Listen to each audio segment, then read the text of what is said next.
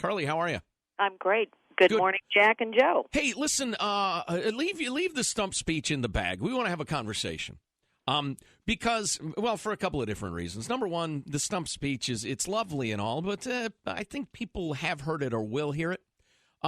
So, first of all, nice job in the debate the other night. Thought you did terrific. Thank you so much. What would you guesstimate is Barbara Boxer's IQ? Somewhere around 80, 81? Well, if you had to guess. That's not for me to say, but here's what I will say. Okay. Barbara Boxer is unconstrained by the facts. She is unconstrained by the facts of her record. She is unconstrained by the facts of reality on the ground here in California.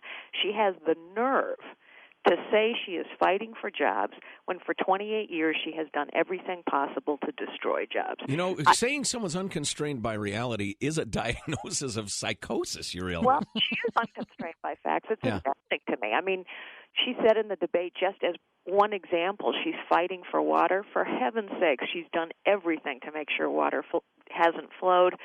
She said that, she was for relief in the death tax. She's voted 18 times against relief in the death tax.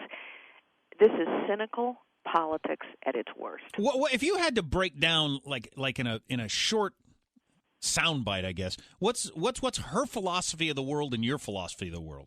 Well, her philosophy of the world is extreme liberal politics, vote with big labor every time, which is why she loves card check, vote with elite environmentalists every time, which is why she's pushing a cap-and-trade bill that has been called the most expensive piece of regulation in U.S. history. Are you for that effort in California to overturn AB 32, which is the California cap-and-trade thingy? Yes, I am. Okay, but good. But the biggest thing we have to do is get a national, rational, comprehensive energy policy that rewards innovation in clean green technologies, which her bill does not, but also takes advantage of the energy sources that we have. A rational, national, comprehensive energy policy must supersede anything that California would do on its own. Okay, fair enough. The other side of the coin of Jack's question then. Briefly summarize, how do you see the world? How do you see the federal government? What's the Senate's role in all this? Well, think about what the Senate has done just in the past 20 months. Healthcare reform, financial regulatory reform. Think about what they haven't done. Bailouts, stimulus. Think about what they haven't done. They haven't extended 2001 and 2003 tax cuts. They haven't approved trade agreements that California desperately needs. They haven't reformed a whole set of R&D tax credits that need to be reformed, although Obama's making, sort of an election year conversion. In other words, the work of the U.S. Senate has a direct impact on every family and every business in this state.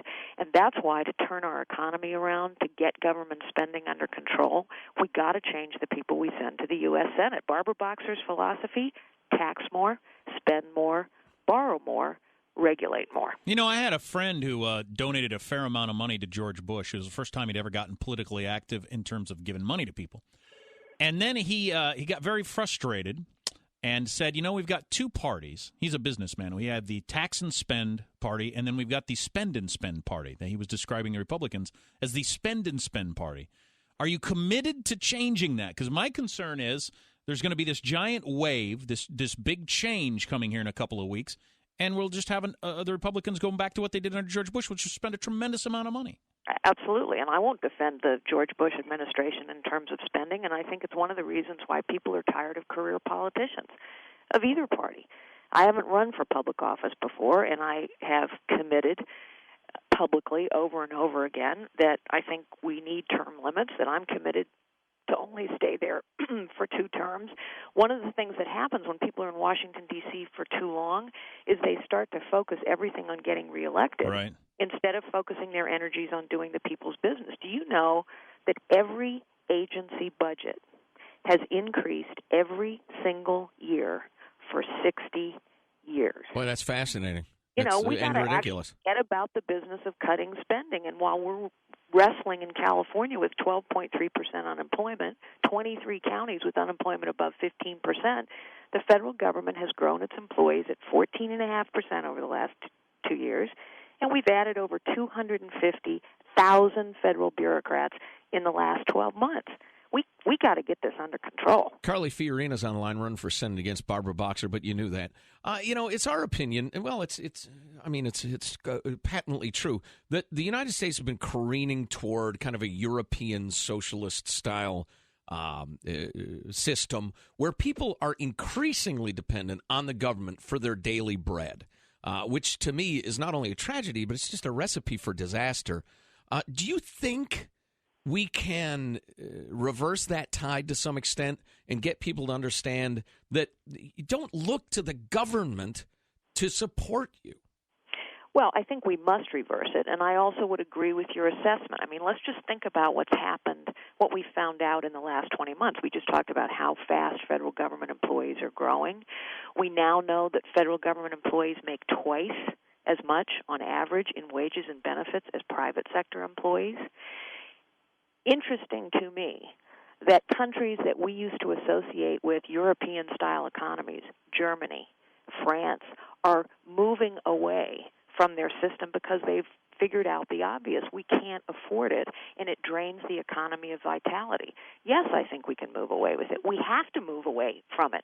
But to do so, honestly, we have to start by changing the people we send to Washington. Barbara Boxer has never created a job. She's been on the public payroll for 34 years. She's been in Washington 28 years. It's no wonder she doesn't understand that we have to grow the private sector economy and shrink the public sector economy. It's no wonder she doesn't understand that. Carly Fiorina's on the line. We put out the question to our listeners what we ought to ask you about. And, being based here in Northern California, we got a heck of a lot of people who personally felt some of the moves you made at HP when you were running it. Moving jobs and operations from California to Texas, for instance. Or overseas. And they want a good, straight explanation from you of if you're going to do that, why do we want you in the Senate? Every single business,